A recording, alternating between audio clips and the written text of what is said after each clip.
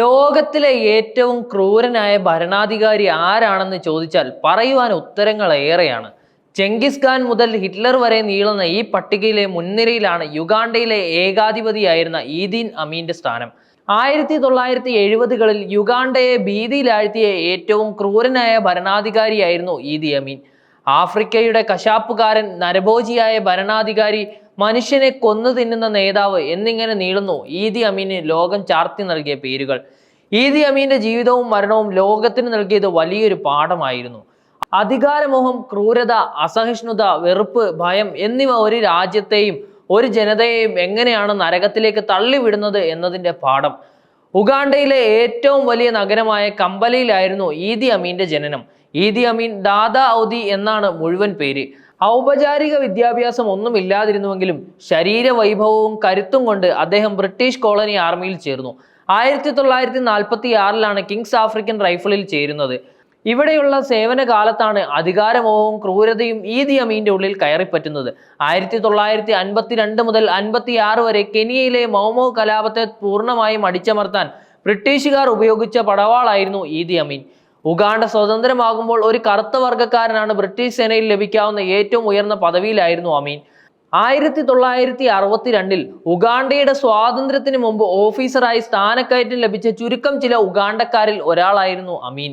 ഉഗാണ്ടയ്ക്ക് സ്വാതന്ത്ര്യം ലഭിച്ചപ്പോൾ മിൽട്ടൺ ഒബേറ്റ പ്രധാനമന്ത്രിയായി സ്ഥാനമേറ്റു. പ്രധാനമന്ത്രിയുടെ അടുത്ത അനുയായി മാറിയ അമീൻ 1966ൽ കരസേനയുടെയും വ്യോമസേനയുടെയും മേധാവിയായി നിയമിതനായി. കൂടെ നിന്ന് ചതിക്കുകയായിരുന്നു ഈദി അമീൻ.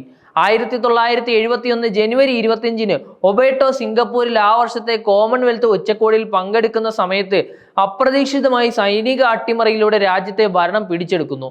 തൊട്ടു പിന്നാലെ രാജ്യത്തെ പ്രധാന എയർപോർട്ട് അടച്ചിടുവാൻ ഉത്തരവ് നൽകുന്നു.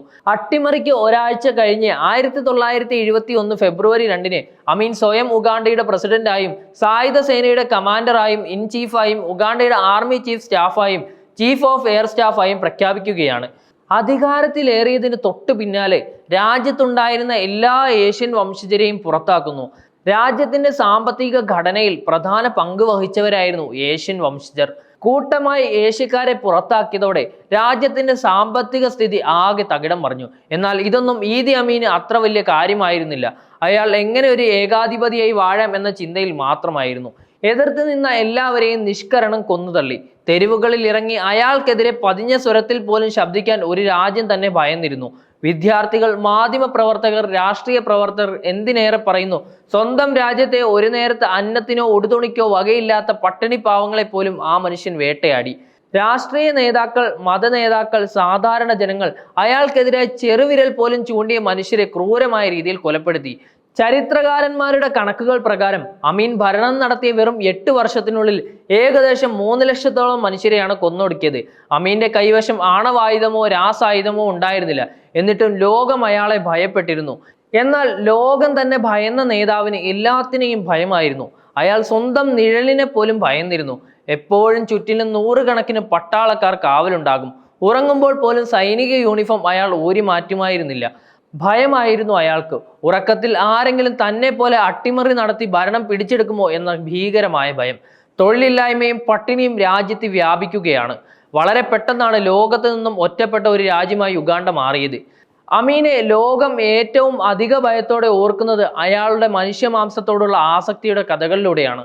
അന്താരാഷ്ട്ര റിപ്പോർട്ടുകൾ അനുസരിച്ച് മനുഷ്യമാംസം അയാൾക്ക് പ്രിയമായിരുന്നു അത്രേ. ചില റിപ്പോർട്ടുകൾ പ്രകാരം അമീൻ തന്റെ ശത്രുക്കളുടെ കരൾ ഭക്ഷിക്കാറുണ്ടായിരുന്നു. ഏറെ ഭയാനകരമായിരുന്നത് കൊച്ചു കുഞ്ഞുങ്ങളുടെ കരൾ അയാൾക്ക് ഏറെ പ്രിയമായിരുന്നു എന്ന വസ്തുതയാണ്. ശത്രുക്കളുടെ കുട്ടികളെ കൊന്ന് കരൾ വേർതിരിച്ച് ഭക്ഷിച്ചതായും പറയപ്പെടുന്നുണ്ട്. പീഡനങ്ങളും മനുഷ്യവേട്ടയും ഉഗാണ്ടയുടെ ദൈനംദിന യാഥാർത്ഥ്യമായി മാറി. ഭയത്തിന്റെ അന്തരീക്ഷത്തിൽ ആരും അദ്ദേഹത്തിനെതിരെ ഒന്നും പറയാൻ പോലും കാണിച്ചിരുന്നില്ല.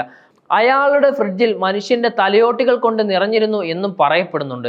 1978 ഒക്ടോബറിൽ ഈദി അമീന്റെ സൈന്യം ടാൻസാനിയയിലെ കഗേര മേഖലയെ ആക്രമിച്ച് പിടിച്ചെടുക്കാനുള്ള ശ്രമത്തെ തുടർന്ന് ആരംഭിച്ച ഉഗാണ്ട ടാൻസാനിയ യുദ്ധത്തോടെയാണ് ഈദി അമീന്റെ പതനം ആരംഭിക്കുന്നത്. ടാൻസാനിയൻ സൈന്യം ഉഗാണ്ട വിമോചന പോരാളികളും ചേർന്ന് തലസ്ഥാന നഗരം പിടിച്ചെടുക്കുകയാണ്. അതോടെ ഇനിയും സ്വന്തം രാജ്യത്ത് തുടരുന്നത് ബുദ്ധിയല്ല എന്ന് മനസ്സിലാക്കിയ അമീൻ കുടുംബത്തോടൊപ്പം ലിബിയയിലേക്ക് കടക്കുകയാണ്. തുടർന്ന് സൗദി അറേബ്യയിൽ രാഷ്ട്രീയ അഭയം തേടി.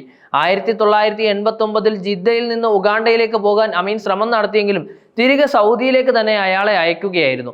2003 വൃക്ക രോഗബാധിതനായി ഈദി അമീൻ എന്ന ചരിത്രത്തിലെ ഏറ്റവും നീചനായ നേതാവ് മരണമടയുകയായിരുന്നു.